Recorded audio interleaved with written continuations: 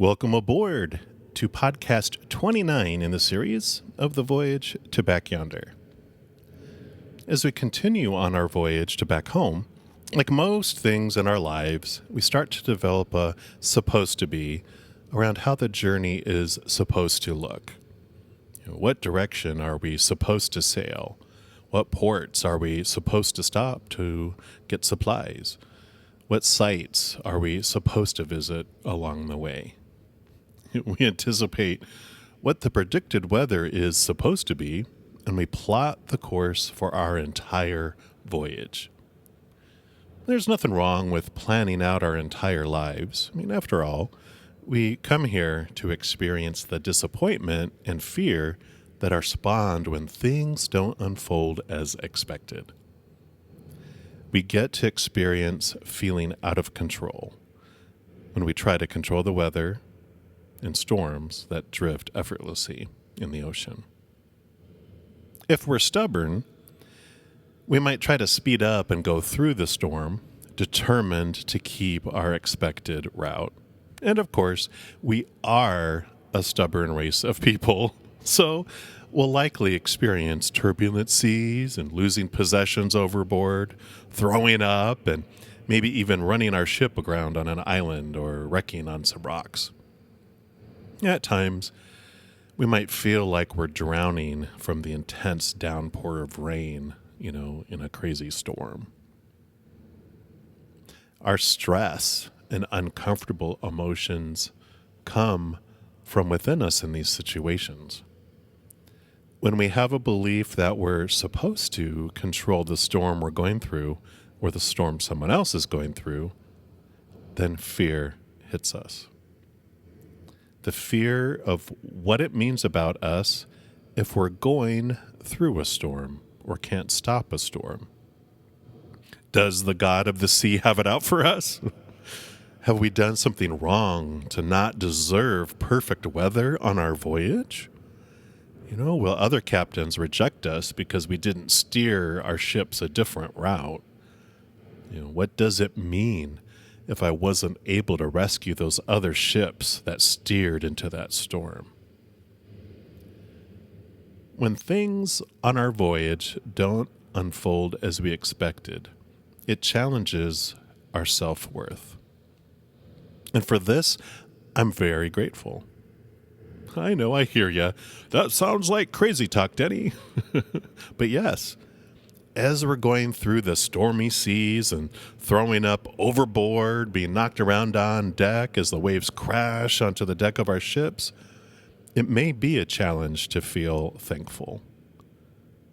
Gratitude usually comes after the fact when we're in reflection and learning from the experiences. It's like working out.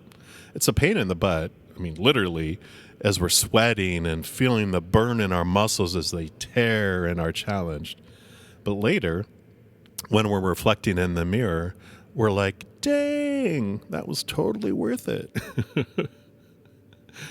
Gratitude comes later when all these external things that are disappointing us point us back into ourselves, where the thing we're really searching for exists. Unconditional love. The unconditional love of back home lives right here inside us. From the moment we're born into the world of conditional love, we begin to cry and hunger for that love of back yonder. Welcome aboard. We're taught and conditioned what the voyage is supposed to be like. Calm, no obstacles, sunshine, plenty of food and water, and no mutinies on the ship, with everyone going along with everything we think is supposed to happen and bending to our way of thinking and decisions. What a perfect setup to experience disappointment, right? In those many moments when I thought my voyage had gone off course, it eventually led me to contemplating why I kept going off course. When I began to see the bigger picture of the reason for our voyage here, things became so much more clearer. I realized we came here to experience how it would feel when things didn't go the way they were supposed to, so that we could experience disappointment and fear. It suddenly hit me that I'm always on course. There's never a wasted moment. We came here to sail a ship on these seas, and we are out sailing.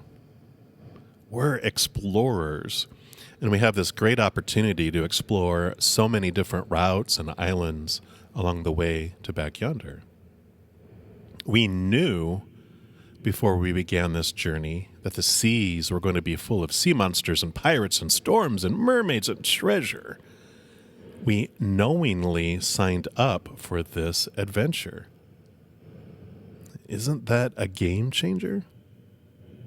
It was for me because I was able to stop feeling like a victim of the sea and began to look at why I would have chosen a specific event to happen on my voyage. It's empowering when we challenge our belief that life happens to us and reclaim the power of choice over our lives. And we realize life happens for us. I chose to experience something, and I get to choose what it means about me. It also releases us from trying to control everyone else's voyage. That is where we spend a lot of our energy, isn't it? When we let go of the list of what a voyage is supposed to look like, then anything can happen, and we can choose that any experience is a good thing. Long ago, in a small village in Asia, a grandson lived on a farm with his grandfather. His parents had died when the boy was young. And the people of the village felt sorry for them because they didn't have a horse. In those times, a horse served as both like transportation and, it's how they plowed and harvested fields. So without a horse, life was a challenge.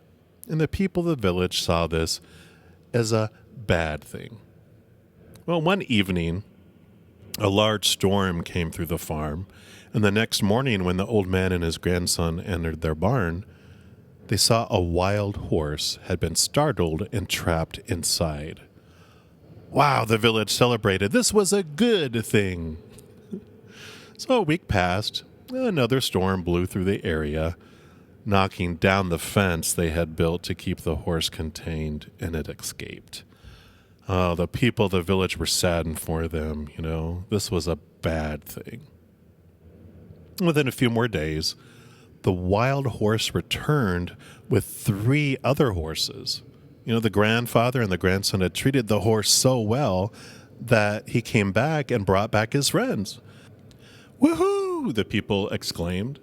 This was a good thing.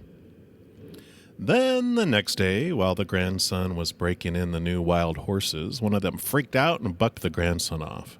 The boy fell to the ground and maimed his leg. Oh no, the villagers cried as they mourned over the incident. What a bad thing. Well, the following month, the emperor of their region declared war on a nearby country, and all the able-bodied young men were drafted to fight and likely face death. Now, the grandson was not able to go to war because of his lame leg, so the people of the village were relieved. What a good thing. This story shows me how we can become exhausted when bouncing back and forth between good and bad. Its message is pretty clear. We don't know what a good or bad thing is because we don't often see the bigger picture. But we can trust that everything unfolds as it should, and that we have the choice to look at everything as a good thing. We learn, we grow. We can call some things a mistake if we don't learn from them. But even then, how do we really know it's not a good thing? Until next episode, take some deep breaths. The next time you feel off course, Question the thoughts you have around what a good or bad route might be. Where did these thoughts come from? Who convinced you that these were true? Can you possibly choose to allow new thoughts to be acceptable or what your voyage could look like?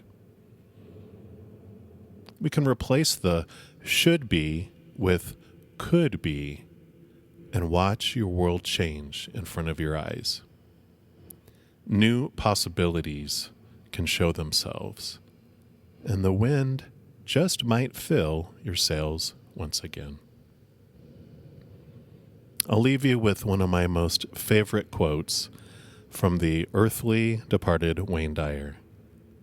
Love is the ability and willingness to allow those that you care for to be what they choose for themselves without any insistence that they satisfy you.